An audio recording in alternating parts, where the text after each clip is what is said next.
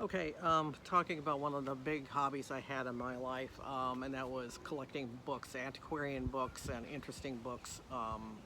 Anything that was interesting and stuff. The hobby started. I want to say, I'm not sure what is when exactly it started. I know I did collect a little bit of books back in the early '70s. I have a set of books that I got from a book club thing, and but I got really into it probably like in the late 1980s and into the 90s. And then I kind of stopped. I didn't do that much. And then once in a while, I guess I would go out and like in the 2000s. I know I bought some books in the 2007. I ran across a few of them that I bought probably at the antiquarian book show in Pasadena. That's probably where I bought it. Anyway, that was a big part of big part of my hobby life, and there was also a another bookstore in Pasadena. It's like I can't think of the name of it offhand. It's like that was a regular store, and I'd go to that once in a while. Anyway, I was just going through an awful lot of books that I've got, and it's like I just wanted to share a few of them with you. And like this, the picture of Dorian Gray. It's like I got this. This is in a case and stuff. And the interesting thing is some of the books I bought, I paid quite a bit of money for them, or I didn't pay that much for them. Sometimes I paid $10 for something, and sometimes I pay, in the hundreds of dollars for books.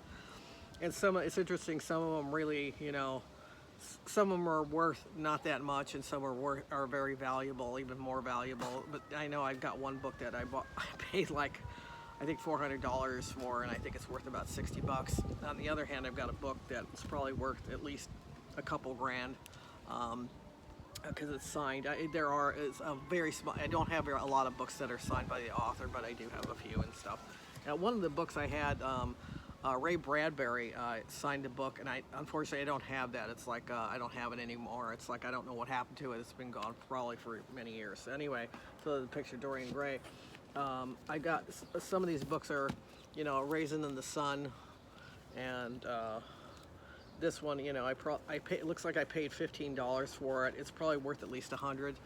Um, let's see, the Manual of Mythology, Murray's Manual of Mythology. Some of these stuff, it's like I said, it's it's worth something. Some of them have really nice, interesting pictures in it.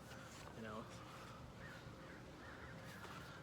And one really cool book I've got is I've got Isaac Asimov Foundation's Edge. It's an uncorrected proof, it looks like I paid $100 for it. It's first edition, and I don't know.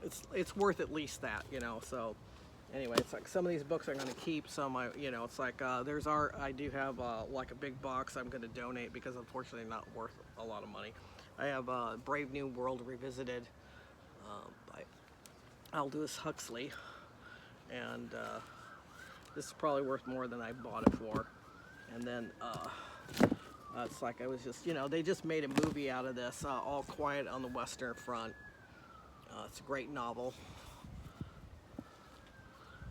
I think this is a first edition, published twice. It's interesting. It says published June 1929, reprinted June 1929 twice. So it's not in the greatest shape, but it's a nice book. Song of the Lark, W.S. Cather, and it's just out of print. It's first edition, second issue, from 1915. This is worth a few bucks. It's iRobot. It's not like I noticed on eBay. I looked on eBay. The actual first edition, which has like a red. It's got the same artwork, only the cover's red. Is worth like like $8 grand or something. Unfortunately, this one's not worth quite that much, but it is worth something though. I think it's worth at least a few $100. And then this book right here. I don't think, unfortunately, it's like Camus. It's like I don't believe this is worth a lot. It's probably looks like I bought It's $20. It's probably not worth much more than $20. This first edition, which is unfortunate. I guess nobody's collecting his books. I'm keeping this one, The World of Richard Dad, because it's like, I think, you know, you should look him up. He's a fascinating artist. It's got, you know, it's like, he ended up in a mental institution.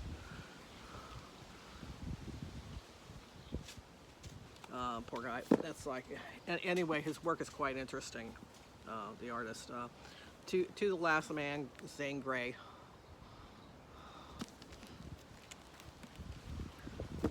This is interesting because it's like, I'm going to keep this. This is just a paperback, probably not really worth much. It's probably worth only a few bucks. It's Red Sky at Morning. This is fascinating. They turned this into a film.